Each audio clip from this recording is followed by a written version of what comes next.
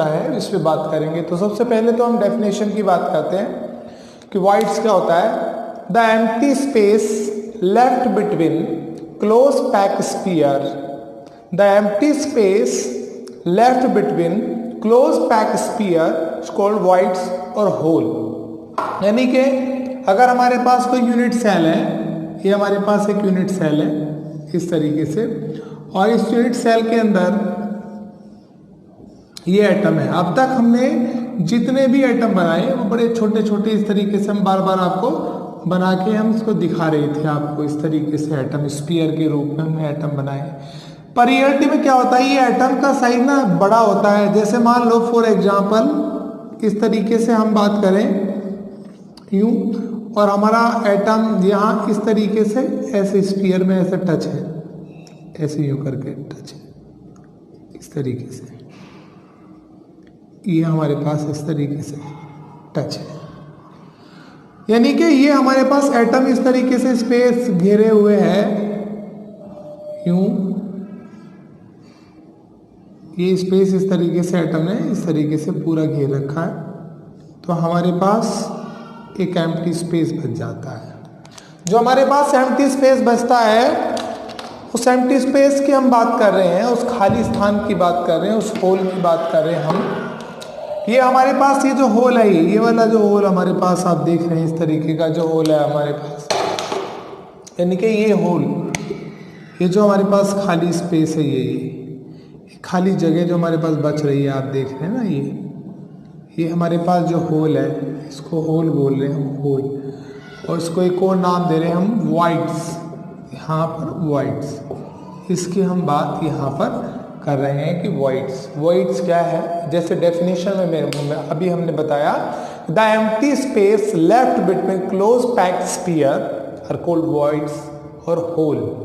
अब क्वेश्चन हमारे पास माइंड में ये आता है कि जो होल है हमारे पास, ये जो स्पेस, जो खाली स्थान है जो स्फीयर को, जो एटम को घेरने के बाद भी यूनिट सेल के अंदर बच जाता है, उस स्पेस को, उस होल को, उस voids को हम कितने प्रकार से क्लासिफाई कर सकते हैं।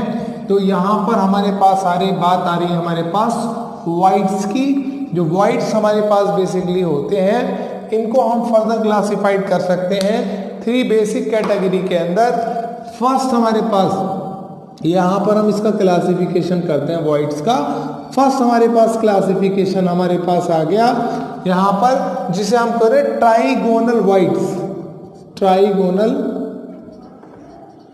यहाँ पर ट्राइगोनल voids जिसे हम कह रहे हैं, यानी कि सेकेंडली हमारे पास है टेट्राहेड्रल voids। सेकेंडली जो हम आते हैं यहाँ पर, ये आते हैं हमारे पास टेट्राहेड्रल voids, हमारे पास ये सेकेंड क्लासिफिकेशन है। और जो हमारे पास थर्ड क्लासिफिकेशन है, ये हमारे पास है ओक्टाहेड्रल voids। octahedral voids। तो voids can be further classified into 3 basic category. First trigonal voids, second tetrahedral voids, और थर्ड हमारे पास हो गया octahedral voids। जो हम बात कर रहे हैं ट्राइगोनल voids, सपोज करो ये जो एटम है हमारे पास स्फीयर है, कुछ इस तरीके से अरेंज है। 3 हमने एटम लिए और इस तरीके से हमने अरेंज कर दिए 3 एटम हमने। तो हमारे पास क्या होगा, ये एक voids बना है, एक खाली जगह बनी है। इस voids को जो हम यहाँ पर कह रहे हैं, इस voids को हम कह रहे हैं ट्राइगोनल voids। क्या कह रहे हैं हम? Trigonal voids। ये जो हमारे पास खाली जगह बनी, इस खाली जगह को हमने नाम दिया यहाँ पर ट्राइगोनल voids। सेकेंडरी हमारे पास आता है टेट्राहेड्रल voids। अब देखो फर्स्ट जो हमने ट्राइगोनल voids है, इसकी बात हम कर रहे हैं, तो इसका रेडियस रेशो जो होता है, इसका जो रेडियस रेशो है, अब एक वर्ड हमारे पास आ गया रेडियस रेशो। जो हमारे पास रेडियस रेशो जो आ रहा है, अब ये जो हम रेडियस रेशो वाला पोर्शन है, ये हम अगली नेक्स्ट डिस्कशन में हम इसको बिल्कुल क्लियर करेंगे कि रेडियस रेशो क्या। अभी आप ये बात समझो कि इसका जो रेडियस रेशो आता है वो आता है 0.155 R एटम। अब हमारे पास आता है नेक्स्ट, हमारे पास आता है कि टेट्राहेड्रल voids। क्या आता है हमारे पास? Tetrahedral voids। हम क्या करते हैं, कि 3 स्फीयर को हम आपस में टच करते हैं और 3 स्फीयर को अरेंज करते हैं इस तरीके से। हमने यहाँ पे 3 स्फीयर तो जैसे हमने ट्राइगोनल वॉइड्स में ऐसे ही रखे हैं यहाँ पर, और जो एक और स्फीयर है उसको हमने जस्ट इसके ऊपर ऐसे रख दिया हमने यहाँ पर, ये इसके ऊपर हमने रख दिया है यहाँ पर। तो अभी भी आप देखो, जो हमें जब हमने ऊपर इस तरीके से एटर वगैरह, जैसे एक सिंपल तरीके, आप इसको घर पे भी कर सकते हैं।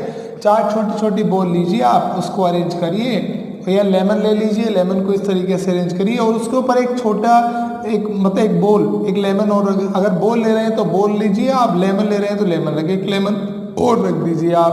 तो जो अंदर है जो हमें दिखेगा नहीं, यानी कि एक स्पेस तो है अंदर, ये हमें ये दिखेगा नहीं, ये वाला स्पेस हमें दिखेगा नहीं क्योंकि ऊपर से बोल है। अब ये जो वॉइड्स है, इस वॉइड्स को हम यहाँ कह रहे हैं टेट्राहेड्रल वॉइड्स। क्या नाम दे रहे हैं जी? Tetrahedral voids. इसको हमने यहाँ पर बच्चों नाम दिया है टेट्राहेड्रल वॉइड्स। अब हमारे पास जो इसका भी रेडियस रेशियो बता देते हैं इसका। अब इसको मैं RR लिख रहा हूँ, रेडियस रेशियो इसका, जो इसको मैं डिनोट कर रहा हूँ RR से, रेडियस रेशियो। इसका जो रेडियस रेशियो होता है तो 0.225 R एटम, इस तरीके से इसका रेडियस रेशियो होता है। उसके बाद हम लेते हैं ऑक्टाहेड्रल वॉइड्स। दरअसल ऑक्टाहेड्रल वॉइड्स को समझे आप, छोटी छोटी 3 बॉल को इस तरीके से अरेंज करिए आप यहाँ पर। ये आपने 3 बॉल इस तरीके से ले ली हैं और इसको ऐसे ऐसे आपने फिट कर दिया इस तरीके से। अब एक और 3 बॉल लीजिए आप यहाँ पर इस तरीके से, यहाँ इस तरीके से अरेंज करिए आप, यहाँ पर यूं और यूं इस तरीके से। अब ये जो हमारे पास, इन बॉल को इसके जस्ट ऊपर रखना है आपको, इन बॉल को जस्ट इसके ऊपर रखना है। तो अल्टीमेटली अगर इस चीज को इसके ऊपर फिट किया जाएगा तो वो हमारे पास इस तरीके से आ जाएगा यहाँ पर, यहाँ पर। अगर हम यहाँ देखें तो ये ऊपर वाली बॉलों को हम इस तरीके से अरेंज कर सकते हैं। जो ऊपर वाली बॉल है हमारे पास, उसको हमने इस तरीके से अरेंज कर दिया है। ये देखो, ये आप आसानी से ये समझ सकते हैं। मगर एक स्पेस है जो आपको दिखाई नहीं दे रहा है, वो स्पेस इसके अंदर है। उस वॉइड्स को आप बोलेंगे ऑक्टाहेड्रल वॉइड्स। क्या बोलेंगे जी? Octahedral voids. और इसका जो रेडियस रेशियो है आपके पास में 0, जो RR की जो वैल्यू है 0.414 R एटम के रूप में आपके पास में मिलेगा। तो ये वॉइड्स रहा कि जनरली अब हम बात करते हैं, जो मेन इंपॉर्टेंट थिंग है हमारे पास कि वॉइड वो खाली स्पेस होता है जो यूज नहीं होता है। अब वॉइड्स हमारे पास कितने तरीके का होता है? Trigonal voids, tetrahedral voids, octahedral void. तो ये बेसिकली हमारे पास मेन ये थिंग्स हमारे पास यहाँ पे निकल के आ रही हैं, इनको हम नोट डाउन कर लेते हैं। और इसका रेडियस रेशियो जो होता है 0.155 R एटम होता है, इसका रेडियस रेशियो होता है 0.225 R एटम, और इसका जो रेडियस रेशियो होता है 0.414 R एटम।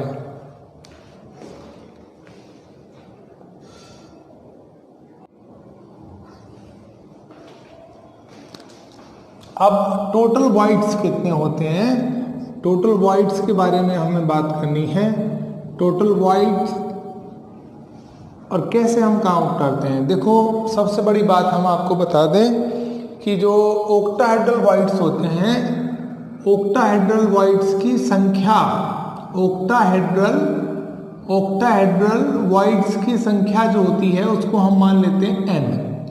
तो टेट्राहेड्रल वॉइड्स हमेशा होंगे, टेट्राहेड्रल हमेशा होंगे 2n। अब ये कैसे होंगे इस पे बात करनी है, पर उससे पहले हमें ये समझना होगा कि लोकेशन ऑफ टेट्राहेड्रल वॉइड्स, यानी कि टेट्राहेड्रल वॉइड्स कहाँ पर पाए जाते हैं FCC यूनिट सेल पे, क्या लोकेशन है उनकी वॉइड्स की, इस पे बात करनी है। तो सबसे पहले लोकेशन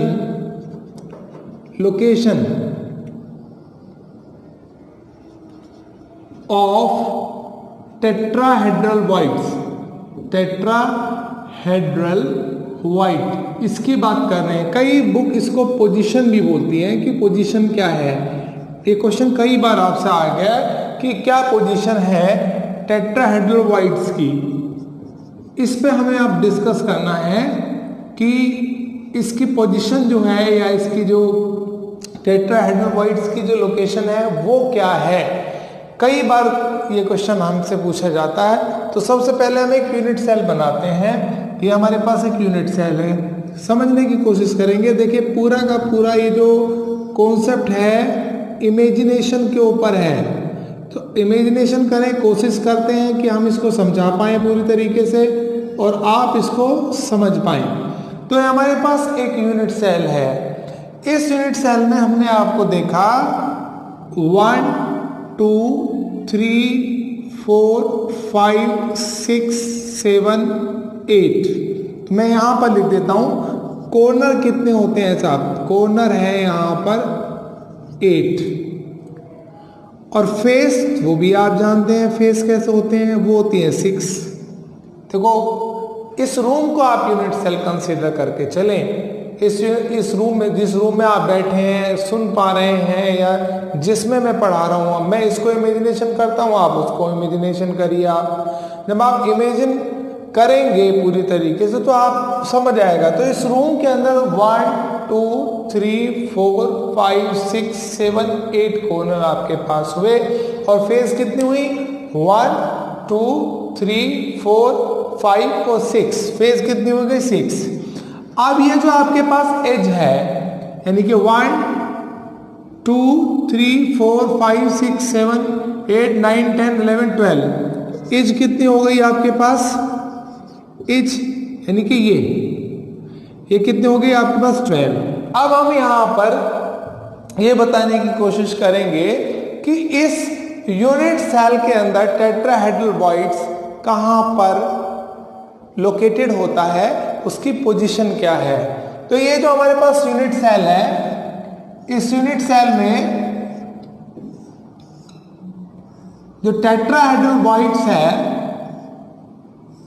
एफसीसी के अंदर, एफसीसी यूनिट सेल में बताने हैं आपको कि ये हमारे पास ये कॉर्नर है, ये कॉर्नर है और एक एटम हमारे पास, इस कॉर्नर से कितनी फेस टच हो रही है। तो देखो एक तो आपके पास ये फेज हो गई जी ऊपर वाली, और एक आपके पास ये वाली फेज हो गई है, यहाँ पर एटम पाया जाएगा, और एक ये पीछे वाली जो फेज है उसको मैं यहाँ पर बना देता हूँ। देखो ये हुई आपके पास। अब आप ये कोशिश करिए कि जो हमारे पास एटम है वो इससे इस तरीके से कनेक्टेड है, यहाँ पर इस फेज से ये कनेक्टेड है, ये देखिए आप ऐसे। और एक हमें एक वॉइड्स मिल रहा है, इस वॉइड्स को हम बोल रहे हैं यहाँ पर टेट्राहेड्रल वॉइड्स। क्या बोल रहे हैं, देखो इसकी जो लोकेशन है वो क्या है, ये हमारे पास एटम है और इस एटम के ये फेस सेंटर्ड है, एवरी फेस पर यहाँ पर एटम मौजूद है। तो मगर हम उन सबको दिखा नहीं रहे हैं, हम सिर्फ ये दिखाना चाह रहे हैं कि टेट्राहेड्रल वॉइड्स कहाँ पर जो है लोकेटेड है और किस तरीके से। तो ये हमारे पास इसकी शेप कुछ इस तरीके की होगी, हमने कार्बन में देखा होगा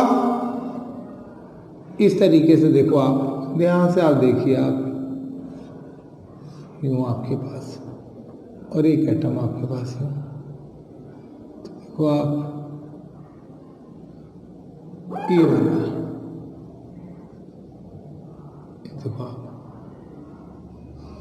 इस तरीके, ये टेट्राहेड्रल वॉइड्स आपके पास सिचुएशन बनती है, इस तरीके से ये सराउंडेड होता है। अब क्वेश्चन हमारे पास आता है, इसकी भी बात अगर हम करें टेट्राहेड्रल वॉइड्स में, तो देखो ये जो अपने पास ये कहाँ पर पाया जाता है, ये बॉडी डायगोनल पे पाया जाता है टेट्राहेड्रल वॉइड्स। बॉडी डायगोनल कितने होते हैं इस यूनिट सेल के अंदर, भाई बॉडी डायगोनल है, उस कॉर्नर को मिलाइए इस कॉर्नर से तो 1 हो गया, फिर उस कॉर्नर से मिलाइए 2, फिर ये 3 और फिर ये 4। तो यानी कि बॉडी डायगोनल कितने हुए हमारे पास, बॉडी डायगोनल हमारे पास यूनिट सेल में कितने हो गए 4, और एक बॉडी डायगोनल पे कितने टेट्राहेड्रल वॉइड्स कहते हैं। तो देखिए आप ज़रा ध्यान से इस बात को आप इस तरीके से यहाँ पे देख लीजिएगा, ये देखो ये बॉडी डायगोनल है, यानी कि यहाँ से आप सिंपल सी बात इस तरीके से हमने यहाँ पे मिलाया। अब एक एटम हमारे पास कहाँ पर है, इसका हाफ कर लीजिए आप, इसका बॉडी डायगोनल का हाफ को ऐसे कर लीजिए, और हाफ का भी यहाँ पर एक हाफ कर लेते हैं, यानी कि देखो इसका भी हाफ में हाफ है, यानी कि इधर से अभी इस पॉइंट से पहला ये टेट्राहेड्रल वॉइड्स आपका हो सकता है, इधर से पहला ये टेट्राहेड्रल वॉइड्स हो सकता है। तो आपके पास यानी कि एक बॉडी डायगोनल पर जो टेट्राहेड्रल वॉइड्स होते हैं वो हमारे पास पाए गए कितने, 2। कितने पाए गए, 2 टेट्राहेड्रल वॉइड्स आर प्रेजेंट। क्योंकि मैं सबका नहीं बना के दिखा रहा हूं, जब सबका बना के दिखाऊंगा तो पूरे डायगोनल पे एक इधर से आएगा एक इधर से, तो 2 टेट्राहेड्रल वॉइड्स पाए जाएंगे। अब ये जो हमें बात करनी है, इसकी जो लेंथ होती है वो कितनी होती है भाई, देखो ये पूरा बॉडी डायगोनल की लेंथ कितनी होती है वो हम पहले से ही पूछ चुके। ये बॉडी डायगोनल है यहां से यहां तक, और आर में और ए में रिलेशन पहले से ही हम पढ़ चुके हैं कि 4r इक्वल टू √3a के बराबर हमारे पास होता है। क्योंकि देखो डायगोनल पे कितने एटम टच करेंगे आपके यहाँ पर, इस तरीके से करते थे ना, ध्यान करिए आप पूरी तरीके से यूं, तो बॉडी डायगोनल इतना ही हो गया। एटम थोड़ा सा इस तरीके से मैं बना देता हूँ यहाँ, ये देखिए ये 4r है, और ये 4r का भी हमने हाफ यहाँ पे √3a इसका हाफ कर लिया, और यहाँ पे भी उसका टेट्राहेड्रल वॉइड्स की पोजीशन ये दिखाई है मैंने। तो सिंपल सी लॉजिकल बात, यहाँ से यहाँ तक के बीच का डिस्टेंस क्या हो गया आपके पास, यहाँ से यहाँ तक का डिस्टेंस क्या हो गया आपके पास, यहाँ से √3a/4, √3a/4, ये जो यहाँ से यहाँ तक टेट्राहेड्रल वॉइड्स की डिस्टेंस की जो बात हम कर रहे हैं, ये अपने पास आ रहा है कितना, √3a/4। अब क्वेश्चन हमारे पास जो मैं समझाने की कोशिश की है आपको, वो ये है कि टेट्राहेड्रल वॉइड्स कितने होते हैं, 2 होते हैं। कहाँ पर होते हैं, बॉडी डायगोनल पे होते हैं, और बॉडी डायगोनल कितने होते हैं, वो 4 होते हैं।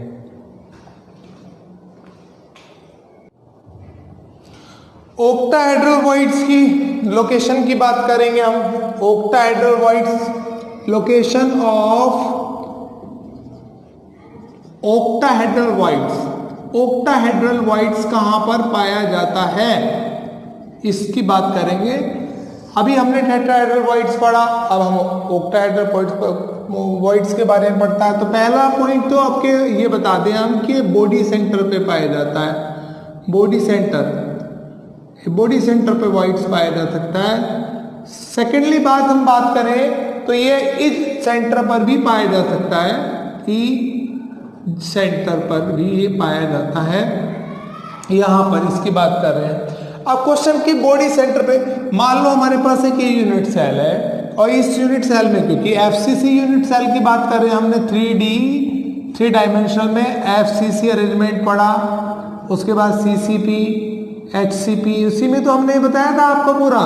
अब हम बात कर रहे हैं यहाँ पर बॉडी सेंटर पे। तो क्या बॉडी सेंटर का मतलब, जैसे आप इस सेंटर पे बैठे हैं, आप एक रूम को इमेजिनेशन करें, आप कमरे के सेंटर में बैठकर सोचो, और आप ये इमेजिनेशन करो कि आप सेंटर में जो बैठे हैं वो सेंटर पॉइंट है, और उसके ऊपर नीचे दाएं बाएं आमने सामने, यानी कि कितनी फेजेस उसकी, जैसे रूम की फेज होती है 6, 1 2 3 4 5 6, एवरी फेज पर एटम को कंसिडर करिए, आप सोचिए, इमेजिनेशन करिए। मान लीजिए आप सेंटर पर यहाँ पर ये मौजूद है, यहाँ ये सेंटर पर आप मौजूद है, यहाँ आप बैठे हैं, ठीक है।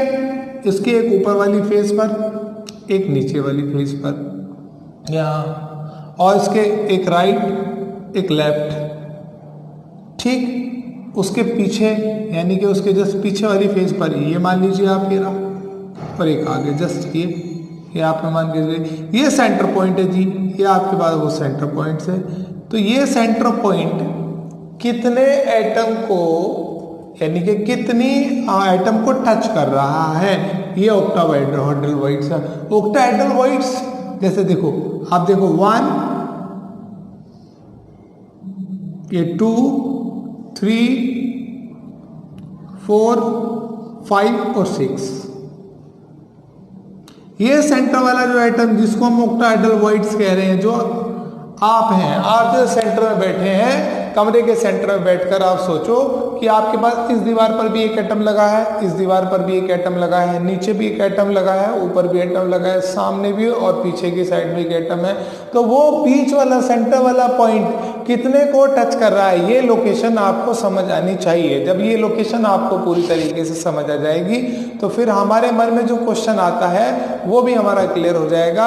ओक्टाहेड्रल वॉइड बॉडी सेंटर पर किस प्रकार से टचिंग करते हैं, ये बात मैं समझा रहा हूं कि 6 एटम से घिरा हुआ जो वॉइड्स हमें मिलेगा वो वॉइड्स हमारे पास ओक्टाहेड्रल वॉइड्स होगा। और अब तक हमने यही तो समझाया कि देखो 3 एटम हमारे पास, ये 3 एटम हमारे पास और ये 3 एटम हमारे पास इस तरीके से, और एक अपोजिट डायरेक्शन में 3 एटम इस तरीके से, ये 3 एटम हमारे पास यूं ये ऐसे करके। जो ये वॉइड्स हमें दिख नहीं रहा है जो अंदर है उस वॉइड्स की तो बात कर रहे हैं हम, वही तो ओक्टाहेड्रल वॉइड्स है मेरे भाई, उसी की बात कर रहे हैं कि जो टोटल वॉइड्स कितने होते हैं और कैसे। तो पहली पॉइंट मैंने जो बताया अब तक आपको समझाया कि बॉडी सेंटर पे कैसे होता है। अब दूसरी हमारे पास एज पर कैसे पाया जाता है, तो सिंपल, सो सिंपल। देखो भाई ये हमारे पास एक यूनिट सेल हमने बना दी, यहाँ पर ये हमने एक यूनिट सेल इस तरीके से हमने यहाँ बनाई। अब ये क्या है मैं आपको बता चुका हूं, इसके सेंटर पॉइंट को, बीच वाले हिस्से को आपने क्या बॉडी सेंटर माना। इज पॉइंट कौन सा आपका, ये आपके पास इज है। टोटल इज कितनी है जी 12 इज होती है। इस इज पॉइंट पर ये देखो आप, ये कॉमन है आपके पास, ये इज जो पॉइंट है और यहाँ पर जो एटम मौजूद है या जहां पर ये जो कितने यूनिट सेल को टच करेगा। देखो अब सिंपल सी लॉजिकल बात समझिए, इसके नीचे भी एक एटम है, इसके ऊपर भी एक एटम है, इसके इधर भी एक एटम यहाँ पर मौजूद है, इसके इधर भी एटम है, इसके पीछे भी एटम है और इसके आगे भी एटम है। तो जो इज पर पाया जाता है वो भी 6 एटम को टच कर रहा होता है। ये जो हमने पॉइंट बनाया, इस पॉइंट को आप इज पर वॉइड्स को समझाने की कोशिश कर रहे हैं। ये वो वॉइड्स है जो यहाँ पर 6 एटम को टच कर रहा है। इस वॉइड को हम यहाँ पर नाम दे रहे हैं ओक्टाहेड्रल वॉइड्स। और जो ओक्टाहेड्रल हमारे पास वॉइड होता है ना, ये कहाँ पाया जाता है, या तो बॉडी सेंटर पर या फिर कहाँ पर पाया जाता है, ये या पाया जाता है एज सेंटर पर। अब बॉडी डायगोनल के साथ इसका क्या रिलेशन है, मैं अभी बताया आपको कि बॉडी डायगोनल कितने होते हैं हमारे पास। बॉडी डायगोनल किसी भी यूनिट सेल में 4 होते हैं। तो हमारे पास टोटल टेट्राहेड्रल वॉइड्स कितने हुए हमारे पास, हम यहाँ पर बात करें कि बॉडी डायगोनल कितने हैं। बॉडी डायगोनल हमारे पास है जी, डायगोनल हमारे पास है जी 4, और एक बॉडी डायगोनल पर कितना एटम पाया जाता है इंटू 2। टोटल कितने हमारे पास टेट्राहेड्रल वॉइड्स हो गए 8। अब हम ओक्टाहेड्रल की बात करें तो ओक्टाहेड्रल हमारे पास कितने हुए जी, ओक्टाहेड्रल एक तो बॉडी पे पाया जा रहा है, एक बॉडी में पाया जा रहा है तो 1 यहाँ पर हो गया जी, ये तो सिंपल सी बात है। और जो इज पर पाया जा रहा है वॉइड्स, उसका कितना हिस्सा हमारे पास आया भाई, इज पर पाए जाने वाला पार्ट। देखो कितने यूनिट सेल्स है, एक ये वाली यूनिट सेल, इसके पीछे वाली यूनिट सेल, 2 ऊपर यूनिट सेल।